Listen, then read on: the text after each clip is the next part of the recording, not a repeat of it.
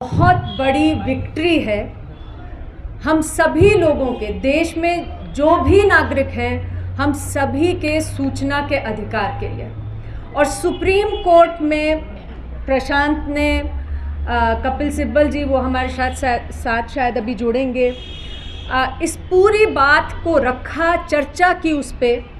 और supreme court ने जो अपनी जजमेंट दी है जिसमें इलेक्टोरल बॉन्ड स्कीम को गैर संवैधानिक बताया गया है और उसके साथ उसको लाने के लिए जो तमाम कानूनों को बदला गया था उसे गैर संवैधानिक बताया गया है, वो इसी बिना पे बताया गया है कि ये हमारे जानने के हक को, वोटर के जानने के हक का हनन करती थी ये स्कीम, ये इलेक्टोरल बॉन्ड्स।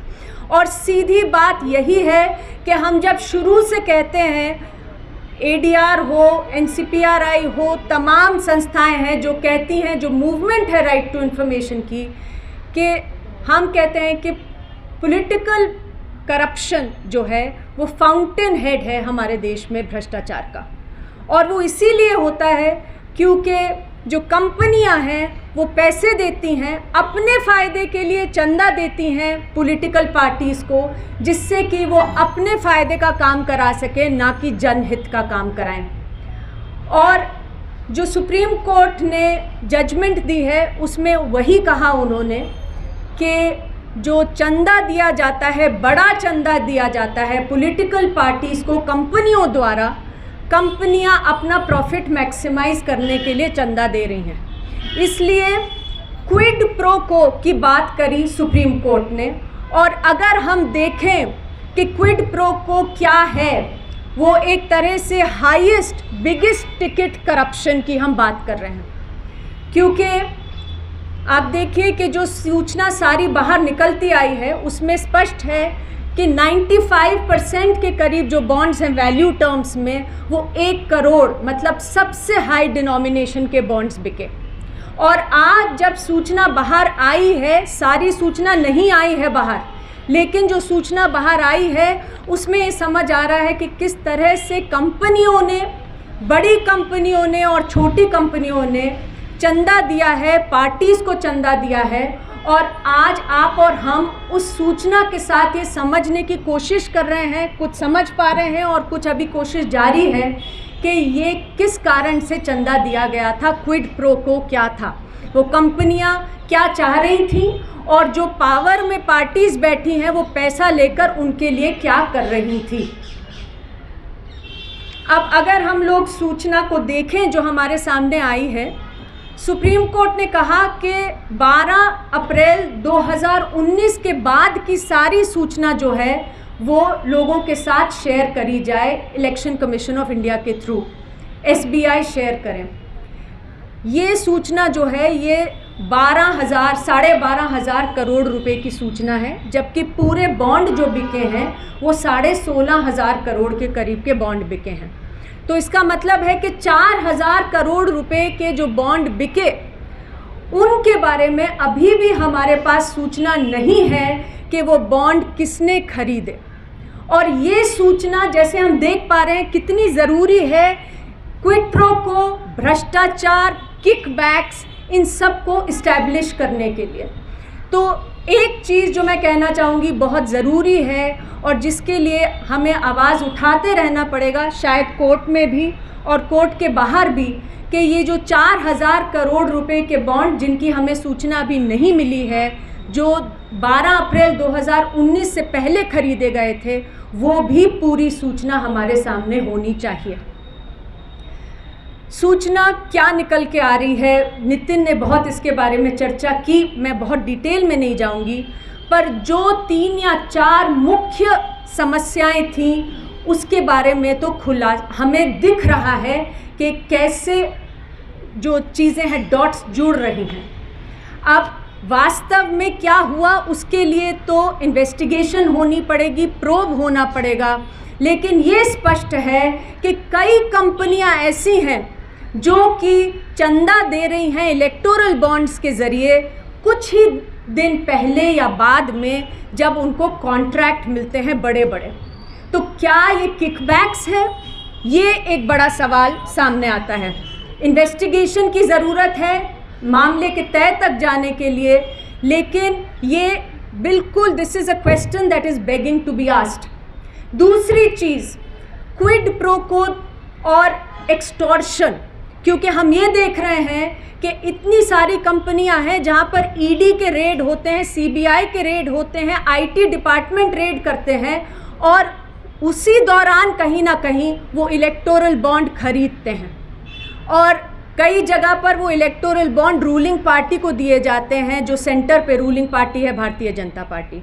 तो क्या ये एक्सटॉर्शन के लिए हो रहा था कि रेड इसलिए पड़वाए जाते हैं कि पैसे वसूली की जा सके, या इसलिए हो रहा था कि उन्होंने कुछ गलत किया लेकिन रेड जब हो रहे हैं उन पे वो इलेक्टोरल बॉन्ड खरीद के दे दें जिससे कि मामला ठंडे बक्से में चला जाए या रफा दफा हो जाए?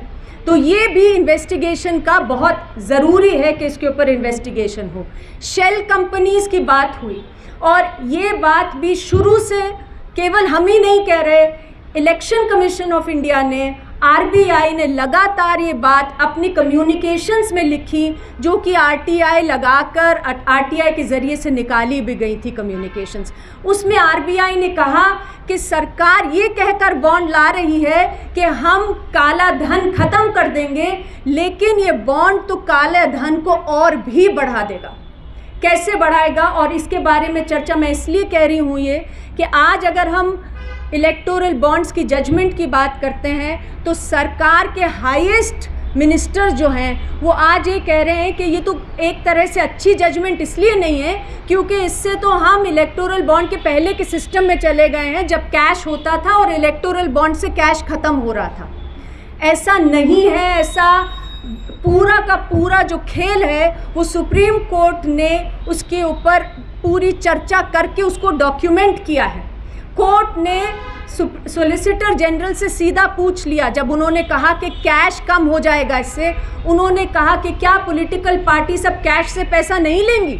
तो उनको कहना पड़ा कि नहीं, जब इलेक्टोरल बॉन्ड्स थे तब भी पॉलिटिकल पार्टीज़ कैश के थ्रू पैसा ले सकती थी, तो जो कैश की पूरे पैसे आते थे वो वैसे भी चल सकते थे। इसका मतलब दूसरी चीज़, ये जो बॉन्ड्स हैं ये फॉरबिडन थे फ्रॉम ट्रेडिंग, लेकिन कोई सेफ गार्ड नहीं था। इसका मतलब ये कि कोई जाकर एक बैंकिंग चैनल से अपना KYC देकर बॉन्ड परचेज कर सकते हैं, लेकिन बॉन्ड बिक सकता है फॉर अ कंसिडरेशन, तो किसी और के पास कैश है वो बॉन्ड को जाके खरीद लेंगे जिन्होंने परचेज किया। जो डोनर है doesn't have to be the purchaser of the bond. तो मतलब काला धन, मनी लॉन्ड्रिंग का ये पूरा एक सिस्टम तैयार हो गया था। इसके ऊपर भी सुप्रीम कोर्ट ने अपनी जजमेंट में लिखा है, और सुप्रीम कोर्ट ने तो यहाँ तक कह दिया कि ये तो क्लाइंटलिज्म हो गई।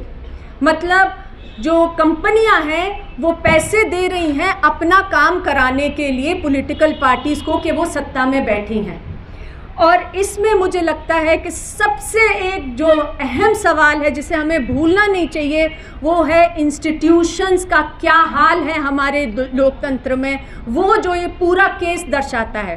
पहली चीज़, बार बार जो प्रशांत ने कहा, जो जगदीप जी ने भी कहा कि SBI ने आकर सूचना देने की बजाय कहा हम इलेक्शन के बाद सूचना देंगे, 4 महीने बाद, क्योंकि हमें इतनी समय लगेगा सूचना आने में।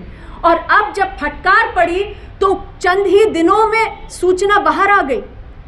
तो SBI किसके इशारे पर काम कर रहे हैं, और SBI का क्या कैप्चर है? क्या सबसे बड़ा बैंक है हमारे देश का स्टेट बैंक ऑफ इंडिया, तो क्या ये SBI इंडिपेंडेंटली और सही तरीके से काम कर रहा है? बड़ा सवाल।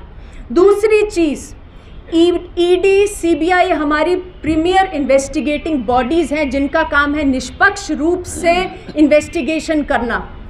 अगर ये पता चल रहा है कि ED, CBI के छापे पड़ने के अराउंड ही इलेक्टोरल बॉन्ड खरीद के दिए जाते हैं उन लोगों के द्वारा जिनके ऊपर छापे पड़ रहे हैं, तो ये उनके ऊपर भी एक बहुत बड़ा सवाल है।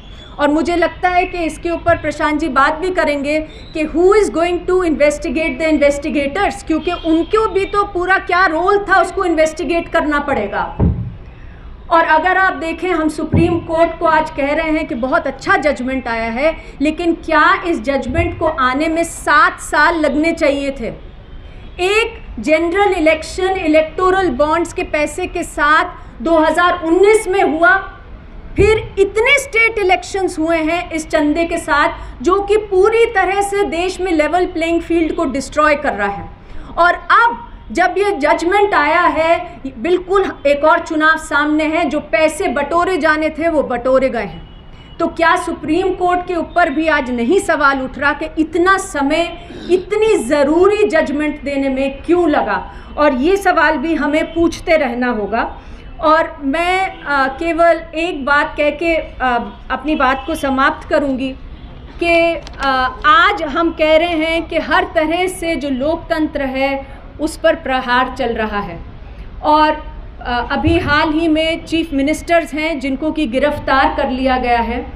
और आज जब दिल्ली चीफ मिनिस्टर की गिरफ्तारी की बात हुई, रिमांड की बात हुई, तो कोर्ट के अंदर ये कहा गया, उनके अप्रूवर का नाम लिया गया शरद चंद्र रेड्डी जो हैं। और अगर हम इलेक्टोरल बॉन्ड में जो डेटा निकला है उसको अगर हम देखेंगे तो शरद चंद्र रेड्डी जो हैं उनकी औरोबिंदो फार्मा लिमिटेड करके कंपनी है। और वो दिख रहा है उस पूरी सूचना जो बैठ के अब सारे जर्नलिस्ट जिसको देख रहे हैं कि 5 करोड़ रुपए उनकी कंपनी ने चंदे में दिए इलेक्टोरल बॉन्ड्स के थ्रू 5 दिन बाद जब वो अरेस्ट हुए उसके। और उसके बाद भाजपा को वो पैसे गए। तो ये ऐसा नहीं है कि कहीं पे भी खरीद के उन्होंने दे दिए, भाजपा को चंदा दिया। उसके बाद दिल्ली हाई कोर्ट में बेल जब उन्होंने अप्लाई करा बेल लेने के लिए, मई 2023 में उनको बेल दे दी गई। लेकिन इसमें ज़रूरी बात क्या है, ईडी ने बेल को अपोज नहीं किया। आप खुद सोचिए कितने केसेस हैं जिसमें ईडी बेल को अपोज नहीं करता है। ईडी ने बेल को अपोज नहीं किया, मेडिकल ग्राउंड्स पर बेल दी गई। जो हमें समझ में आई है बात अभी तक, इसकी आप लोग और पुख्ता सूचना निकालिए, उनकी कमर लोअर बैक में दर्द था, ये मेडिकल ग्राउंड था और उन्हें बेल दी गई। ईडी ने उस बेल को अपोज नहीं किया। और फिर जून 2023 में, 1 महीने के बाद रफली, वो अप्रूवर टर्न हुए, उन्हें पार्डन मिल गया और 25 करोड़ के बॉन्ड और खरीद के चंद ही दिन बाद उनकी कंपनी ने भारतीय जनता पार्टी को दिए। तो मुझे लगता है कि ये जो पूरी बॉन्ड की जो इन्फॉर्मेशन सामने आई है, ये सारी सूचना को बहुत बारीकी से देखने की ज़रूरत है और जोड़ने की ज़रूरत है कि हमारे लोकतंत्र में आज क्या हो रहा है, हमारे इंस्टीट्यूशंस की क्या कहानी बता रही है ये, और जो हम देश में होता हुआ देख रहे हैं वो कैसे इन सब चीज़ों से खेल के पैसे से जुड़ा है। शुक्रिया। ऐसे ही अपने क्षेत्र व अपने आसपास की खबरों, देश दुनिया की ताज़ा तरीन सभी खबरों को देखने के लिए देखते रहिए राष्ट्र सर्च न्यूज़ चैनल। खबरों की लेटेस्ट अपडेट पाने के लिए हमारे चैनल को लाइक व सब्सक्राइब करना ना भूलें और कमेंट के द्वारा खबर के प्रति अपनी राय जरूर दें।